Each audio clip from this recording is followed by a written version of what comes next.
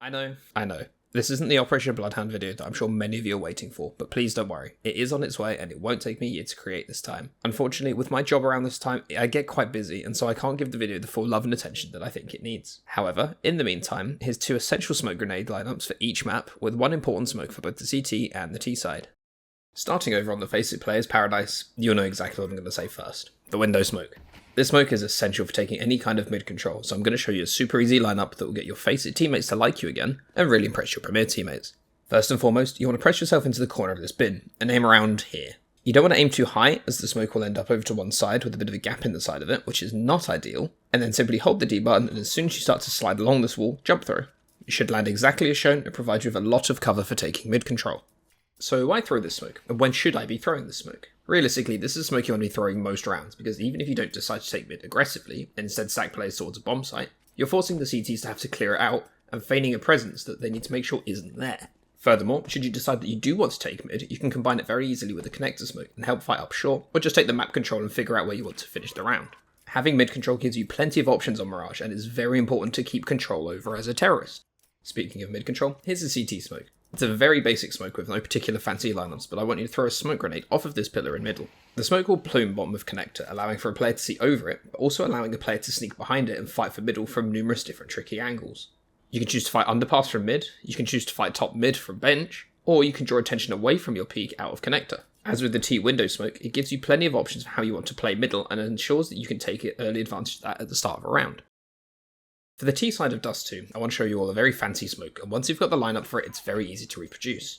It also gives you a good bit of wiggle room, so even if you fail the smoke, the resulting smoke will usually plume in such a way that you achieve the initial result anyway. I'm going to show you how to do the lineup using the scope of an AWP first, but you can absolutely achieve this without needing a scope. Firstly, you line up against these tyres, and then you see this rectangle area. Inside there's a small triangle. Aim in the centre of that triangle, and then without moving your mouse, hold D until you stop moving.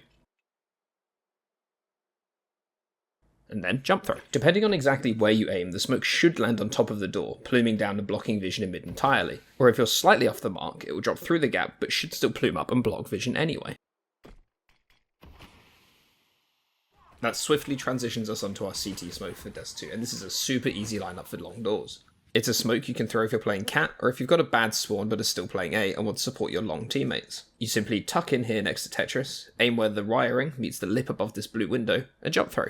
It does take a little bit to land, but your teammates should be molotoving to deter any rushing terrorists. This smoke plumes very tidily, making sure that no terrorists can slip out behind the smoke while making sure they can't boost and peek over the door, as shown here. So, when is this smoke useful? If you suspect a rush somewhere, this smoke may not be the best thing in the world. Instead, you're better off supporting your team with these flashes instead. But if you suspect a slow round and your teammate is molotoving doors, then absolutely throw the smoke to give them that little bit of extra map control. It allows your long player the ability to sneak into all sorts of positions while buying the rest of your team some valuable time to piece together the round. Your 2 overpass smokes are arguably some of the easiest smokes I'll be showing you how to throw. First, your T-side smoke, and that's your front bathroom smoke. It's very common to find an AWP posted up at divider, and this smoke just makes it a little bit more uncomfortable for them to hold, while giving you more space to execute onto A site. It's a super easy smoke to do leaving spawn. You just press into this railing here, aim at this small dark spot on the wall, the jump throw. That's it, the smoke lands slightly towards the left but spreads to cover the whole of the front bathroom.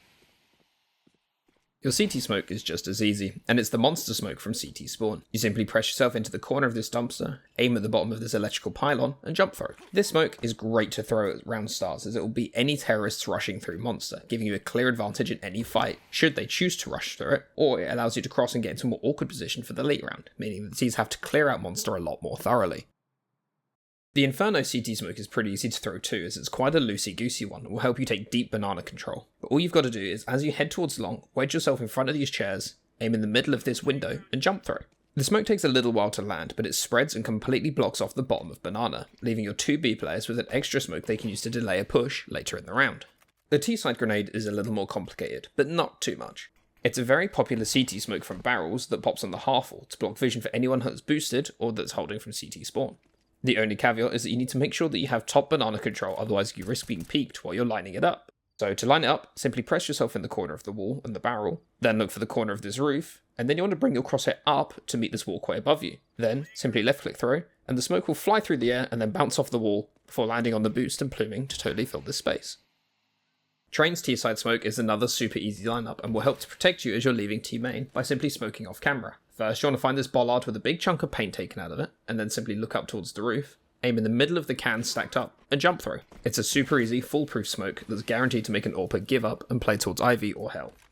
Unfortunately, the CT smoke is definitely a lot harder than the T-side smoke, so I definitely recommend practicing this. In CT spawn, you want to line up the edge of this hut where there's a very obvious wooden beam. Then spin around, look up, and you're trying to find this little train symbol. Aim at it, hold D, and as soon as your crosshair crosses this point, jump through.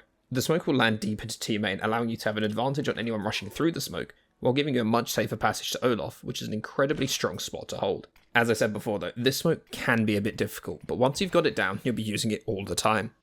From one of the hardest smokes to throw to one of the easiest, the ancient T-side red room smoke from spawn. Now there's definitely faster and more effective lineups to throw this smoke, but for a solid, consistent and easy method to line it up, do as follow. Line up with the edge of this pillar and you're looking for this big black dot on the brickwork. If you line up with that and then look at the bricks lining the big door, one of them is mostly white with a little grey mark. You want to aim directly at that grey mark and then jump through. This smoke lands a little deeper than some mid smokes, meaning it's harder for the enemy team to spam it or play around the edges of it. As for your CT side smoke, it's the only spawn dependent smoke I'm going to show you, as it's the easiest lineup to do. If you have the spawn closest to the A bomb site, simply aim at the top of this U-shaped brick, shift and hold W until your crosshair passes this grey line. As you touch that grey line, jump through and the smoke should land beautifully into elbow, blocking any line of sight rushing terrorists might have, giving you a much easier time into holding onto mid.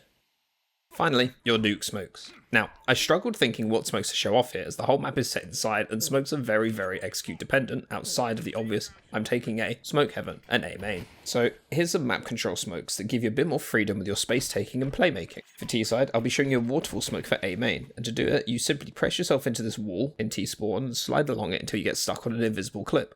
It takes a little bit of feeling, but once you know what you're looking for, you'll be able to line it up immediately. Then simply aim at the corner of this building and jump through.